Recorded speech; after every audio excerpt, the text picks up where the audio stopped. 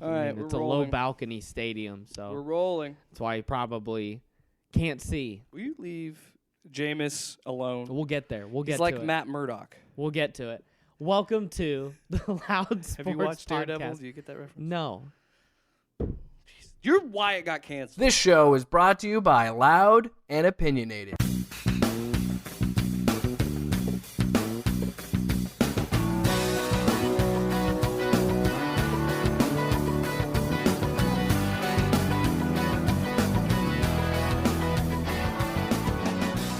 No, I'm definitely not. Anyway, intro this stupid show.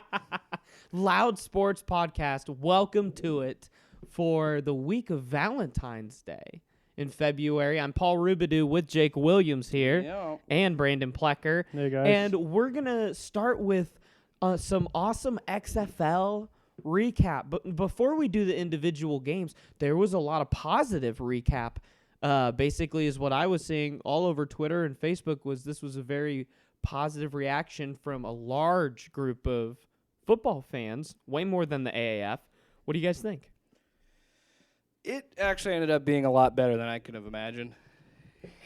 Mostly because Okay, gloat. Take a lap, Jake. well, some numbers I originally had on here, but I took off. But first, the game between the DC Defenders and the Seattle Dragons, the first game of the weekend, brought in 3.3 million viewers for ABC. All the ticket sales from all four games outsold AAF in its entirety. Just That's one crazy. game. 'Cause I went to the AAF one Yeah. time, and the first week of ticket sales here dwarfed their season. I will say the one thing that I don't like is the fact that the Guardians played at MetLife and the Vipers are going to play at the Buccaneers Stadium in Raymond James. I don't like that they're playing at NFL stadiums because it doesn't look as good unless you scrunch it, because they're only selling tickets to the lower bowl for those so they can scrunch people in. When they play at soccer stadiums, it looks great because I think the DC Defenders, the average was like 17,000 people. DC's vibing already for this team. Right. Oh yeah, yeah. that place was rocking. It was that was a Houston's cool going environment. nuts. Now, see, Houston plays at the University of Houston Stadium, but it's a smaller school, so it's a smaller stadium. But we knew that both of the Texas teams would show up well. Yeah. I mean, the Defenders, from the get-go, the game was great because you could hear fans, which MVP. you couldn't hear at any AAF game. The fans were a non-entity. Yeah. But we heard them booing their home team in game one like a soccer team, and then chanting MVP After two plays. for Cardale Jones. Wow. I mean, I think that DC had a great showing. The Guardians had a good Did showing. you know that tickets to a Defenders game are more than a Redskins game? Yeah, by the end of the season. Wow. Well, that's probably because you can get upper deck for $7 to a Redskins game. Well, that's also the thing too. They're think practically paying you to go to Redskins I games. think the reason Dan they- Snyder will never pay you to go to. I think the Redskins reason game. they were chanting MVP and they were very excited because they actually have good football, where the Redskins were garbage, and I think that they were very excited about it. And Well, it's all about step into where you're needed. It's the same thing why San Antonio flourished in the AAF, Yeah. why they put a team in St. Louis for the XFL. I mean, find these places, which is why Tampa was kind of a sore thumb place for me. And Seattle were kind of weird, but I think it works for We'll those see. as well. I understand where you're coming from, but you could say the same thing about New York. But then again, the Giants and the Jets have been terrible for so long, and the Knicks. Maybe not the Nets, but I know I'm talking about basketball, but still.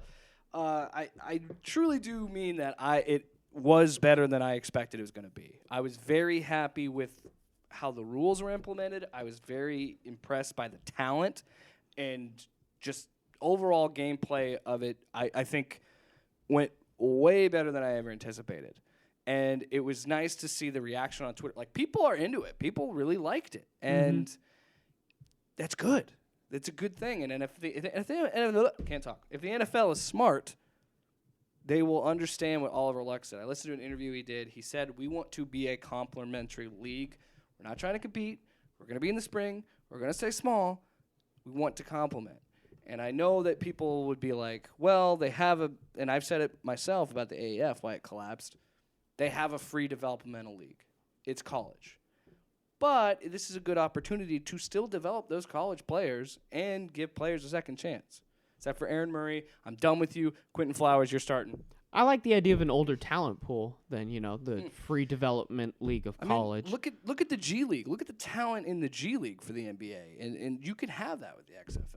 Right. So what I want to talk about next is what one thing did it take you a second to really figure out and learn? For me, I put it on here. It was when the first time I realized that you can constantly hear the coach's communication. It kind of threw me off, especially with Jim Zorn, the Seattle coach. Man, what a lifeless guy for a football coach. I was like, he didn't show up well. Quarterback. No, because you're getting cussed out in real time in your helmet saying he's open, damn it. Yeah, but that's what I'm saying. You're trying to process all this information as quick as you can, and there's somebody talking to you at the same time. Like, I feel like that would be really difficult to do as a quarterback. Right. Brandon, what kind of took you a moment to understand with the changes that the XFL had?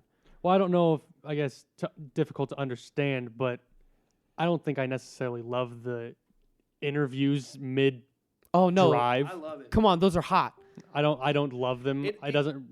They come up and ask the kicker what he did to miss the kick. Like, it can cause a problem because of the pace of the game. The game is so much faster that it can cause issues too. When you're like, I just want to watch the game. It wasn't my favorite thing. But it is demoralizing. You saw hey, you missed the kick. The first two, it might have been the first two instances of immediate player interviews were negatives. And so, yeah, we had the mixed kick, which was a 35-yarder, which you immediately think in your head, PFT could have made that.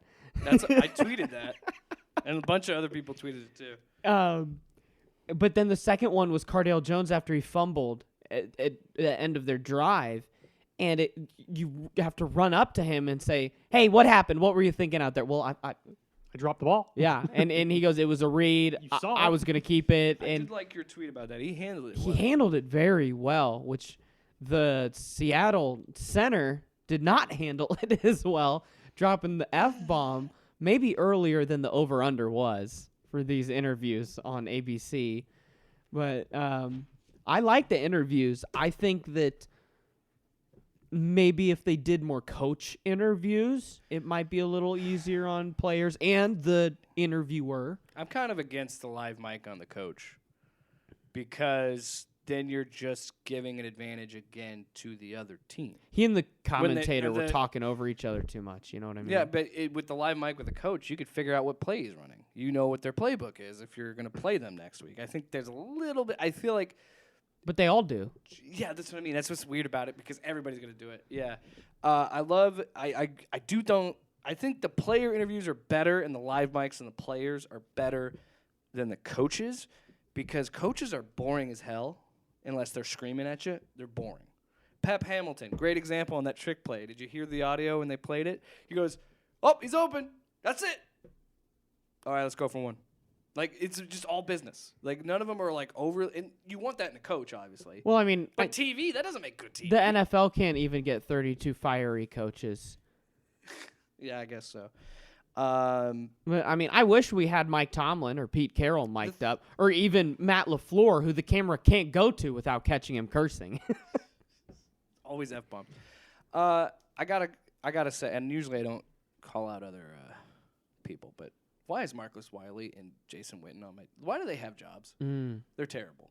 Because Marcus Wiley's like, it wasn't real enough. They weren't like, there wasn't like profanity and stuff because it's a live mic. They can't be themselves and be. I'm like, okay, so let's just do that. Let's just air that, and then have all these super, like what you always get with this stuff. These like crazy people are like, I'm trying to watch the game with my kids, and you're swearing and all this stuff. Despite the fact with FCC regulations, shut up, Marcus Wiley. You think the Earth's flat? I'm done with you. Does he really? Yes. Wow. They were trashing. They were kind of trashing. Whitlock was trashing the XFL. I saw his. Well, you're talking about people whose jobs it is to trash something. It just. I mean, they need something to talk about. It just shows more and more that those two should not have a job, and I'm a little upset with Fox for employing them. what did we think about the extra points? Loved it. Because the XFL had a tweet with the shush emoji that then said, 17 points is a 2-possession game. Yeah. I like that. And then the Tampa Bay Vipers account tweeted it back.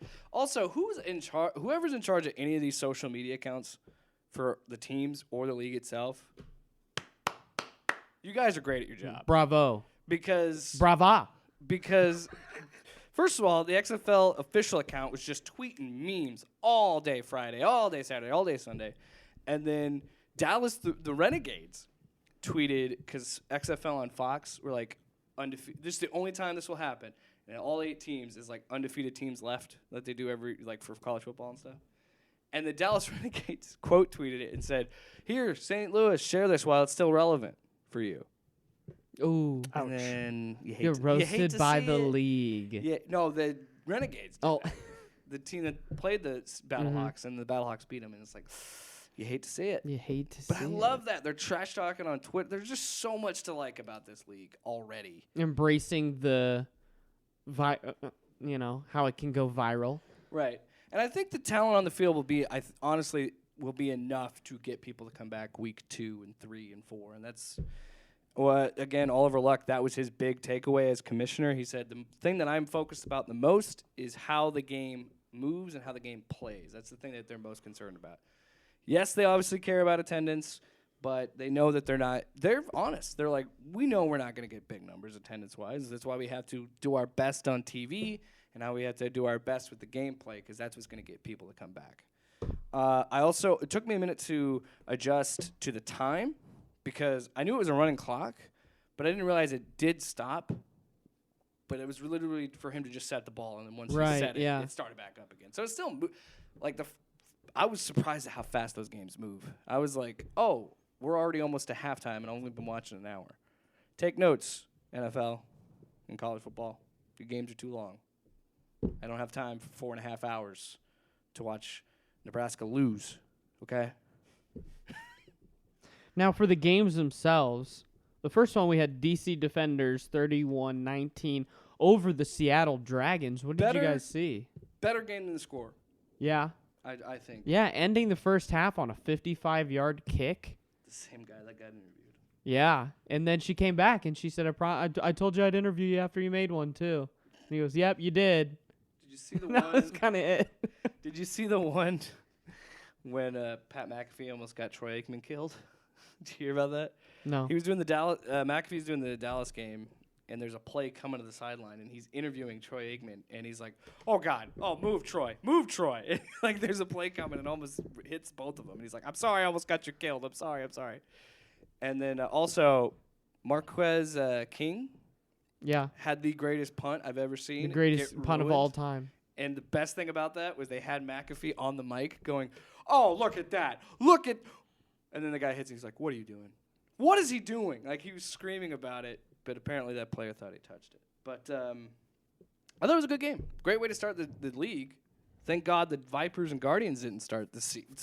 Yeah, I'm as the Seattle Dragons fan here. I'm gonna say I'm the temporary Dragons fan. Temporary for this season because I was unaware that their quarterback, Jake, XFL expert Jake, did not make me aware that the quarterback of the Seattle Dragons was part of the Memphis Express quarterback room, the worst quarterback room in the history of professional football. Roll the tape. See, yeah, I was So I'm unimpressed by So I'm gonna Seattle's hold up my quarterback as hand and well. say I get a mulligan because I will not stick with that quarterback. Run the tape, because I said in the second ever, might have been the first, one of the first 2 ones ever did, I told you that Brandon Silvers was the quarterback.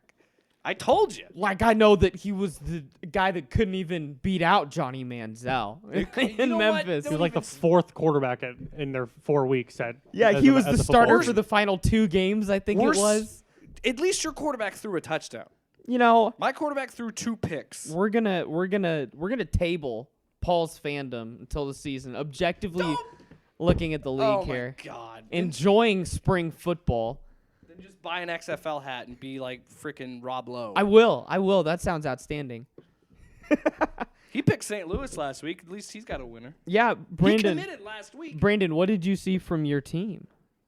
I didn't watch the game, so I didn't watch on Sunday. I watched on Saturday. I was very impressed with DC. I think DC looks really good. DC looks like they have an identity, Yeah. and Their defense. especially because they came into the locker room. You heard that, you Yeah, know. I thought DC looked really good. I think having Cardell Jones as their quarterback, I think he looks like probably the best quarterback out of all the XFL quarterbacks. You can see why guys are in this league because they miss some throws that they shouldn't miss. But you see Cardell Jones can make throws that none of these other guys can make, and that's where I see the difference. Where this guy has the arm talent. Still got a cannon. Yeah. And then the defenders post a graphic that says Cardell Jones still undefeated since high school. Yeah. he really He's is. 15-0 at this point. I mean, yeah, I thought DC looked really good. Houston looked really good too. PJ in that Walker Saturday night game. looked real good. We knew Yeah. that was going to happen. There's a reason why in my power rankings I have Houston number 1. They look far more advanced than any of the teams right now. June Jones has got something cooking. So that's exciting. I think this is a great way to start the league because it was a very competitive game, and I think Seattle is probably a pick 6 away from winning that game. But DC's biggest surprise for me was their defense. Their defense looked really good. the defenders. The defenders Mhm. looked really good. On the flip side of that, Austin Prohl, I think. Prohl? I don't know. Prohl. Prohl. Yeah, I believe. That dude looked good too. Like he caught a pass and scored a touchdown. And there are times, and I'm like, well, this is why they're in the XFL because he got a pass. I was like, that shouldn't have been a touchdown. Yeah, Seattle is Like he just Some poor tackling. Yeah. Yep. Seattle looks like the team that's gonna be the most gimmick play based. A lot of end arounds, screens to receivers that you think can beat people with speed. When are we gonna get a double pass? We didn't see a double. We didn't get a pass. double forward pass. On That's the right. website. We had the double reverse touchdown pass. Yeah, so. that was that was beautiful. Mostly because I love Steve Levy. They actually had, and that's the thing too. This was a good job, and this is why Vince McMahon is such a good businessman because he was able to he took the WWE and leveraged the WWE with Fox to be like, I want SmackDown, I want all this stuff. You give me all this money, but I'm gonna leverage in my XFL stuff. And they actually get guys like Joel Klatt and Greg Olson, who I thought did a good job. Who's clearly he's making plans after football because, as we said, he's not coming back to the Panthers. But I think there's like legitimate broadcasting behind it. It looked miles better than the AAF. It looked like a legitimate professional football league. And yeah, I love Steve Levy. I love Pat McAfee. I love Greg Olson. Even though my team sucks. Yeah, let's move on to that Sunday. Why are we going right to that? Why can't we talk about the I mean, we talked about the Roughnecks. The dude puked on the field. You see that? Yeah, I did. that was immediately went viral. He had a response to that. He said the reason he puked was he was so excited and was running down the field, but he just chugged a cup of Gatorade before they went out there. And So the Gatorade came back up. yeah, that's why it looked like a weird Orange. orange color. Yeah. Yeah.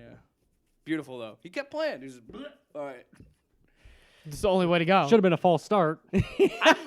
Did you fall because he flinched? Did you play football in high school? Yes.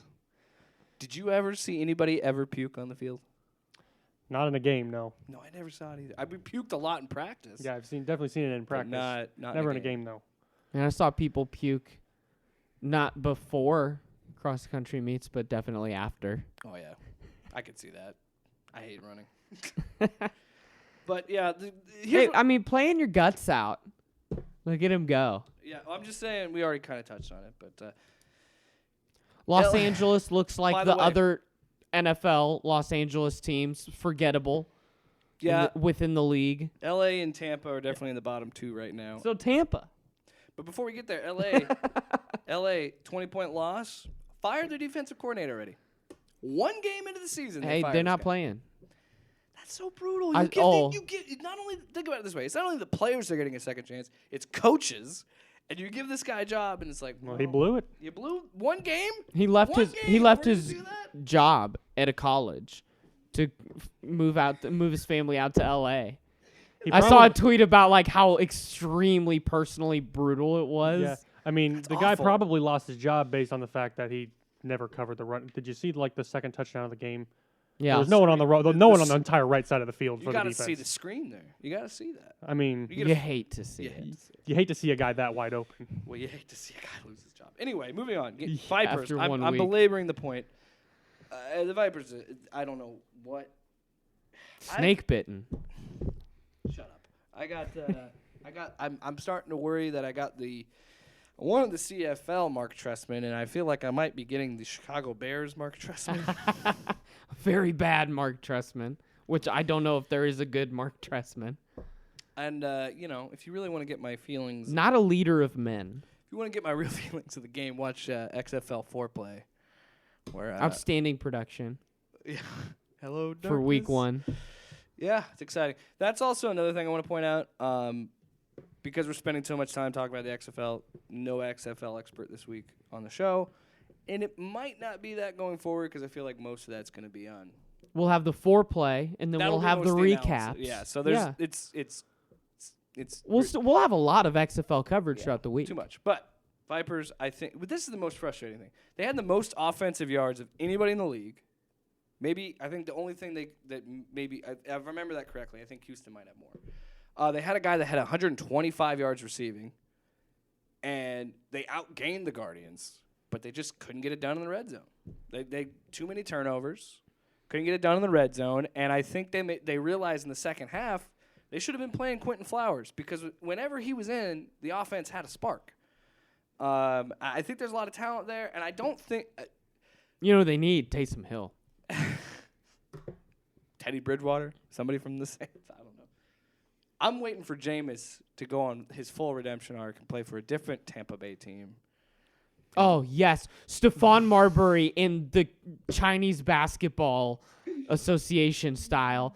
We got Let's have a pair. Jameis just throwing bombs as a 45-year-old. Just XFL? Immobile. I can see it. And that's another thing too. Tampa Bay, you can change the league, you can change the name, but you can't take the Tampa Bay out of the football team. It's just disappointing. I think It was rough. if they can figure out who their quarterback is, I hate to do that to Aaron Murray after just one game, but he did not look good at all. His first interception. It's week 1. Yeah, you were just defending this defensive coordinator from the last game.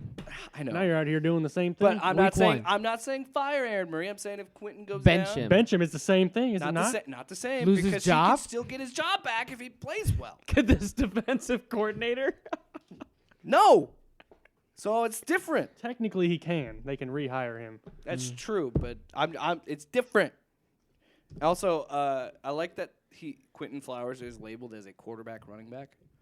So they put him in a few times. With So it's the Aaron Murray. Wildcat when he's in Yeah, He's, so- he's an ATH. Yeah, He's yeah. an athlete. Yeah, wherever they need him, they kind of just plug him in. I like that. He's good. They He's should have that designation. They do it. That's what they do for recruits. Yeah. Exactly. football, Yeah, they so they bring should him do in that as- for the XFL. I think that was the big story. Oh, but I got to give props to Matt McGloin in the Guardians. They played very well in the first half.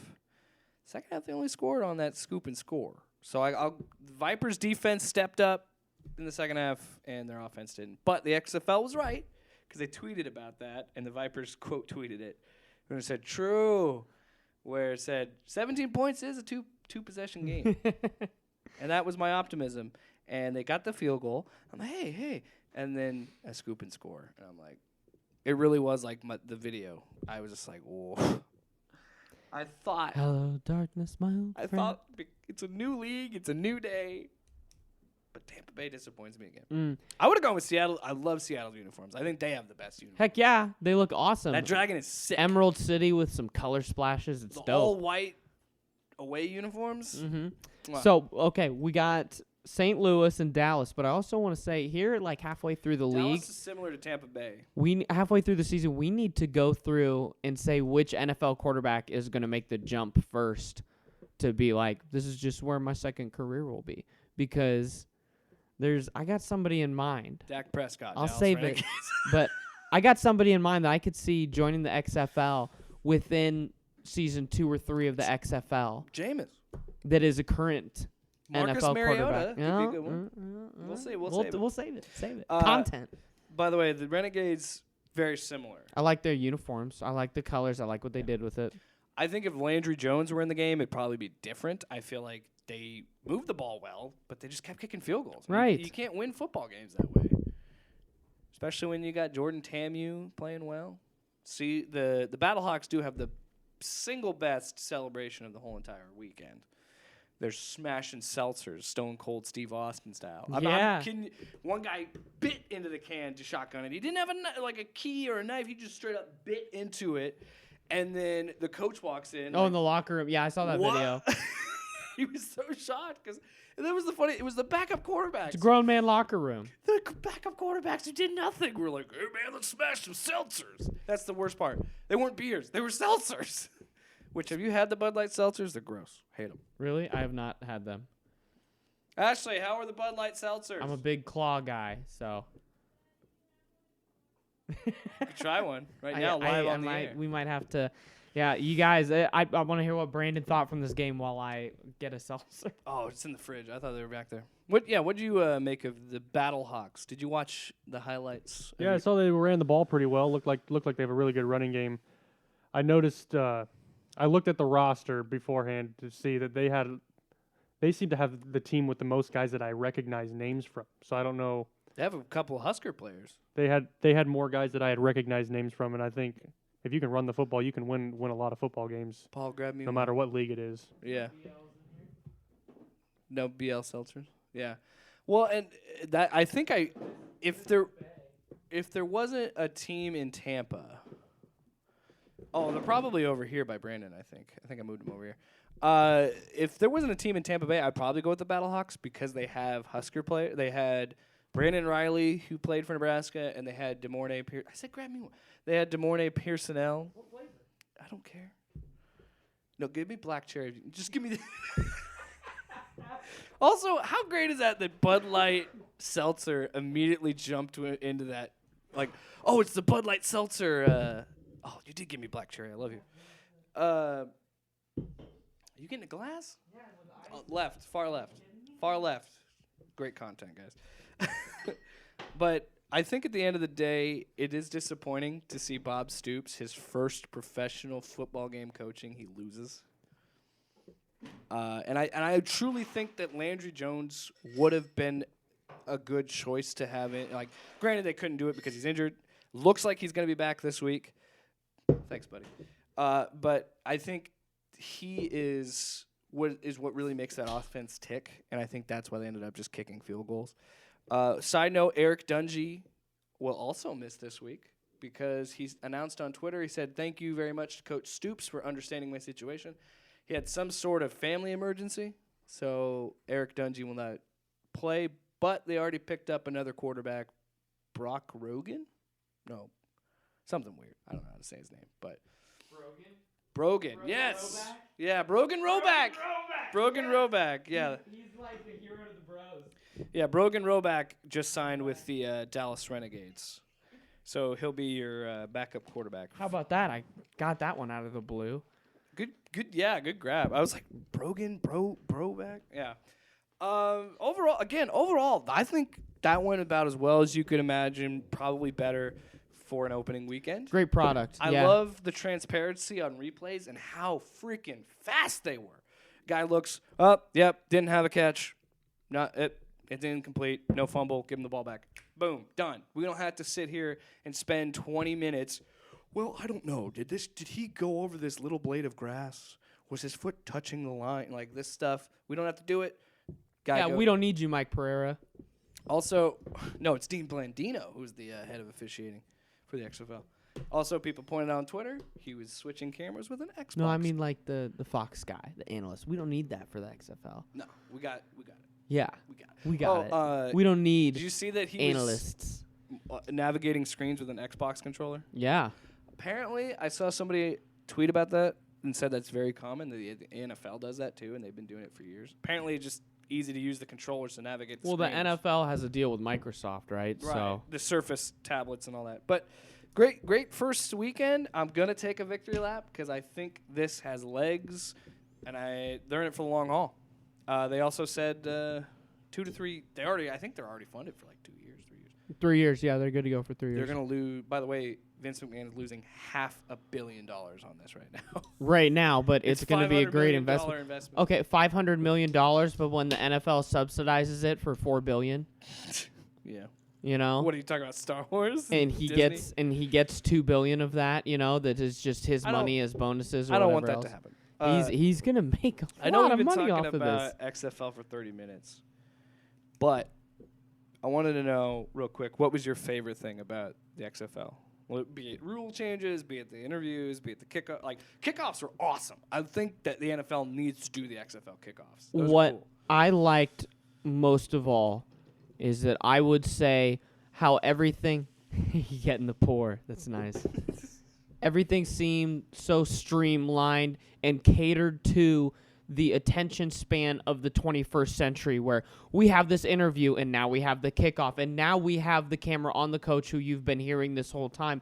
And they did a good job. You know, the NFL has tried to do something with those 30-second commercials, and the XFL, I think, did a very good job of, we have something for you for every second of this football game, which only has maybe, 20 minutes of live action? Yeah, it appeals to the ADD world we live in. Exactly. And it's always like, here's the thing. It's constantly moving. Brandon, what do you want to see, or did you see that you What was your liked? favorite thing? My favorite rule change of this league is probably the punt rule, to where if it's a touchback on a punt, they get the ball to 35, which negates a lot of punts. Right. And you see a lot of them go for it on fourth down once they're close to the 50-yard line. And I think there were a lot of that should help out scoring more points, but also just more pace of the game. You know, no punts. Just I like that rule a lot. That's a good point, Brandon. There's going to be more do or die plays like that. We're going to see more fourth downs. We're going to see more 3-point conversion attempts, 2-point conversion attempts. There's more strategy. Which keeps you watching a play that you would not have been watching in the NFL. Right. Because that's what it is. Like, the guy, Oliver Luck and all those guys sat down and said, this play doesn't exist in, like, it's, I think it was like 90-some% were touchbacks in the NFL, like, every year, it seems like. And they're like, we want to, and he says, we want to put the foot back in football. So we want kicks, and we want, and there's so much strategy to this. And the rule of you can't move until the guy catches it is a great idea. I mean, there was almost a couple of plays that were kickoff returns, and it's still exciting. And it's like, hey, also if the ball doesn't land between the 20 and the end zone, the team gets the ball on your 45. Yeah. So there's more pressure on kickers too. And they had to do one of the redos as well. Yeah. So yeah, the DC Defenders they had the first huge play where that was on your 45. That was on a kick out of bounds. Well, it didn't. He kicked it out of bounds, and so they got it at the 45. That set up that 55-yard field goal. And the same rule is it has to, in the air, it has to cross the 20. If it crosses the air on the ground, it doesn't count, or it's the illegal procedure penalty or whatever they call it. But yeah, my favorite thing, I think, was the immediate interviews. I loved how, and this game is so intimate. The XFL makes it very intimate, and it's very, soon as a play happens, they talk to someone. They had a play during the Guardians game. The guy takes it back for a touchdown on the scoop and score, and the lady holds out the mic to interview him, and he goes, yeah, it was great, I can't talk. Runs off to go celebrate with her teammates, and she's like, I did the best I could with that. And they laugh about it. And I was like, that just, it's exciting. It's all, like you said, it's always moving, and I'm giddy, and I can't be more happy. I'm so glad I was right. Hashtag Jake was right. Hashtag XFL expert. The XFL expert. Feels good, man. Yeah.